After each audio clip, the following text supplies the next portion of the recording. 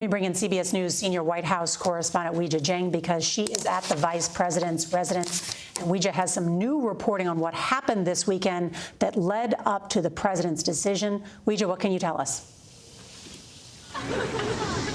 Nora, that's right. I think first we should remember there were three things that President Biden said might be able to change his mind when he was being pressed about whether he would even consider leaving the race.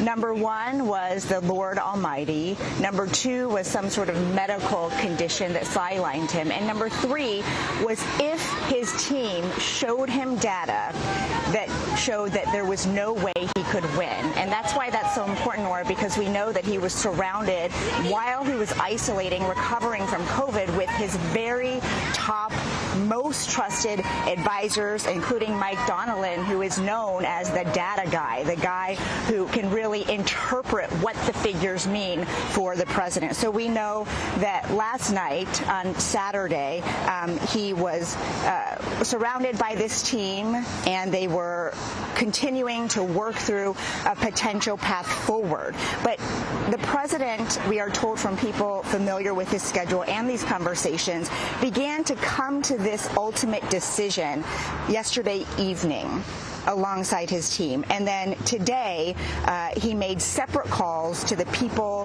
who needed to know the most, including Vice President Harris, his Chief of Staff, Jeff Zients, the campaign chair, Jen O'Malley Dillon, all separately to talk with them about his decision before releasing his letter at 1:46 p.m. today. And then shortly after that, because, in that letter, he was writing in his capacity as president. He said he was appreciative of Vice President Harris for being an extraordinary partner, but there were questions about why he did not formally endorse her. Well, then, half an hour later, from his campaign account, he did release a tweet, a statement formally endorsing her, asking America to fully get behind her. And then in the mid-afternoon, we know that there was a senior staff call, and that, as we've been reporting, that Jeff Zients held a call also with the cabinet and members of the cabinet to just bring them up to speed with what's going on. And this afternoon, the president actually spent the afternoon making phone calls and talking to people who he wanted to expand on his decision with. And, as you can imagine, this is a very difficult time for the president. And at one point, it seemed like he was so dug in that he wasn't going to reconsider. But of course, it became untenable, and he came to this decision that affects so many. But here at the vice president's residence, we have not seen a glimpse of her yet, and we are told we should not expect to today. But we have seen a lot of excited supporters leaving signs, including some little ones here who are very thrilled about what has unfolded in the past few hours. Margaret?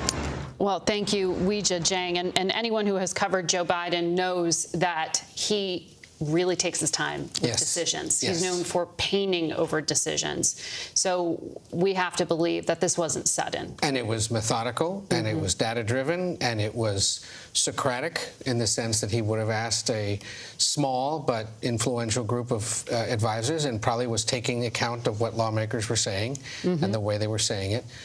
So perhaps no surprise that it took a few days, but it happened. Also notable that there's a crowd outside the vice president's house. Anyone who knows Washington knows that is not a place people normally congregate, so it's a sign that this afternoon, at least some who live around there are excited about the news that she's now running and is expected to, or could very well become the Democratic nominee.